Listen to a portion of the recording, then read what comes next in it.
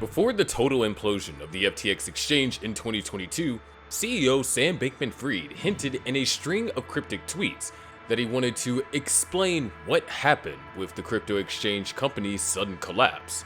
Then he added in a follow-up tweet, "I'll get to what happened, but for now, let's talk about where we are today."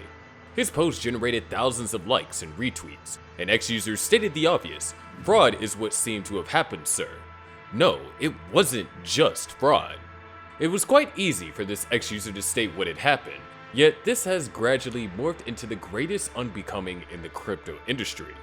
The FTX collapse left us with a big scar, yet many unanswered questions exist.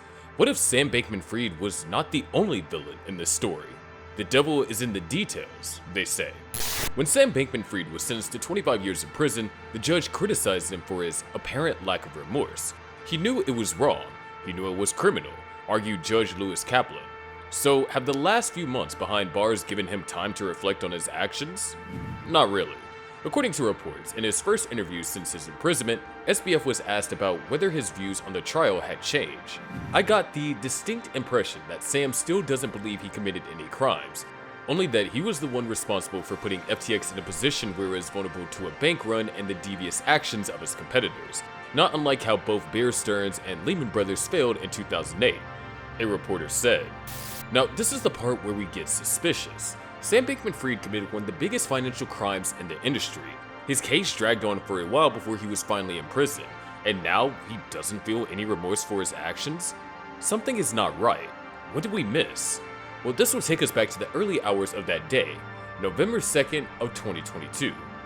A report based on a leaked balance sheet of Alameda Research, FTX's affiliated trading firm, was published, citing evidence of its potential leverage and solvency problems. According to the leaked data, the company's books heavily depend on FTT, FTX's native currency. As expected, this revelation sparked mass withdrawals among FTX users. Fast forward to November 5th of 2022, Binance announces plans to sell its entire FTX token holdings, worth about $529 million at the time, following the speculation of FTX's bankruptcy. That move did more harm than good, increasing the volume of withdrawals from FTX even further.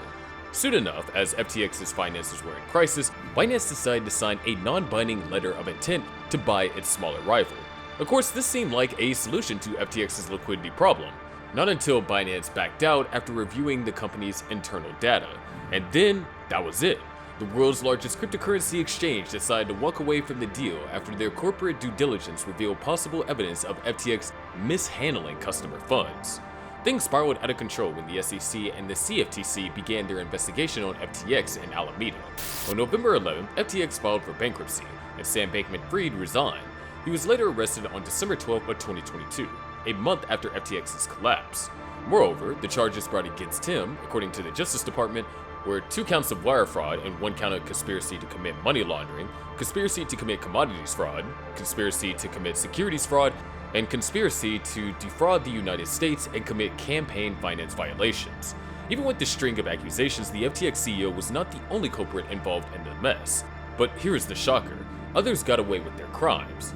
In late 2022 and early 2023, major executives from FTX and Alameda, such as Caroline Ellison, Gary Wade, Nishant Singh, pleaded guilty to defrauding FTX customers and related charges.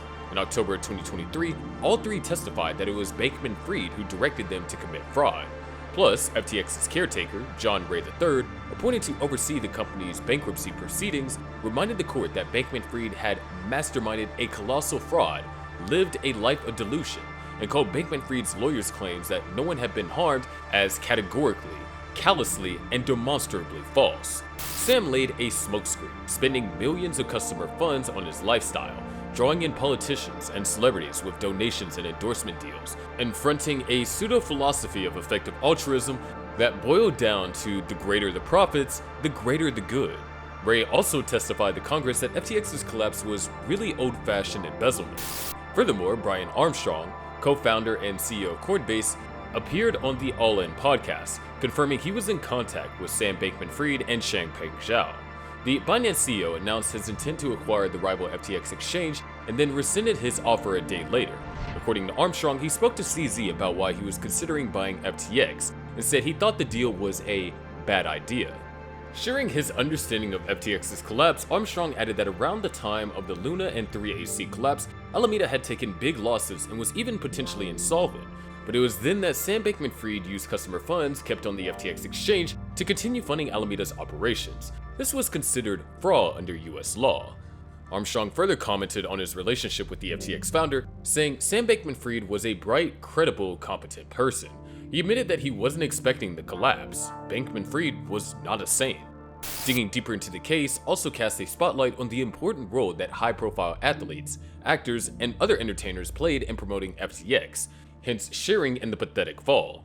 According to the lawsuit, FTX's paid endorser program was designed to use positive reputation associated with specific celebrities to convince consumers that FTX was a safe place to buy and sell cryptocurrency. Celebrities have a moral and legal obligation to know that what they are promoting is unlikely to cause physical or financial damage to customers. This means that before its extraordinary implosion, FTX wove together a red carpet's worth of celebrity sponsors, leading glitz and glamour to the ill-fated house of cards. But the FTX CEO took the fall alone. It was just a warning to celebrities that if they're going to take the risk, there will be grave consequences. Well, the crypto space has long been awash with A-listers, people like Matt Damon, LeBron James, Reese Witherspoon, Snoop Dogg, Steve Aoki, and Steven Seagal have all boosted various crypto products. A long time ago, Jimmy Fallon and Paris Hilton awkwardly shilled non-fungible tokens, a specific class of crypto on The Tonight Show. The bitter truth? Whenever celebrities are involved in something, there will be scandals, especially in an industry as lightly regulated as crypto, although the SEC is now strengthening its defenses. So the FTX crash impacted many in the entertainment industry, including former CAA agent Michael Keeves, whose fund received a $300 million investment from Bankman-Fried, according to reports. The former CEO reportedly wanted to ink a sponsorship deal with the music powerhouse Taylor Swift, yet it never materialized. The crash happened in November 2022. However, we have not gotten past that tragedy. It is a big loophole in the industry. Many people were out for Bankman's head, and even the Cardano founder, Charles Hoskinson, likened Bankman-Fried to infamous American fraudster Bernie Madoff, and accused the media of giving the former FTX CEO a free pass last year. The Bernie Madoff Charles Hoskinson was talking about was the mastermind behind the largest known Ponzi scam in history, estimated to be worth $64.8 billion. At one point, he served as the Nasdaq Stock Exchange chairman. Plus, Hoskinson added that media's attention to SBF, despite public evidence about SBF and FTX being involved in misappropriating and stealing customer funds, showed how corrupt the whole system has become. In an X post, Hoskinson lashed out at the media frenzy around SBF after the FTX collapse.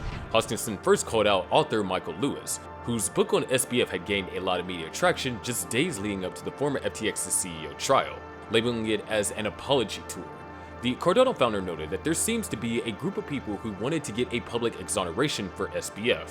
He added, "We saw this with the kids' gloves treatment by the New York Times, and now a book that's an apology tour. It's extraordinary to me that the Bernie Madoff of my generation is getting a free pass from the media. It does show you how profoundly corrupt things have become, especially if you have the right friends." And just like that, the SEC sprang into action because there were claims that its lax actions aided in the crimes. Many things change, and right now, we're still caught in the middle of that change. One more thing, the FTX saga will forever be a wound that the entire crypto industry will nurse for a long time. Nonetheless, don't miss what's happening. Click on the subscribe and notification buttons to stay updated, and we'll see you in the next one.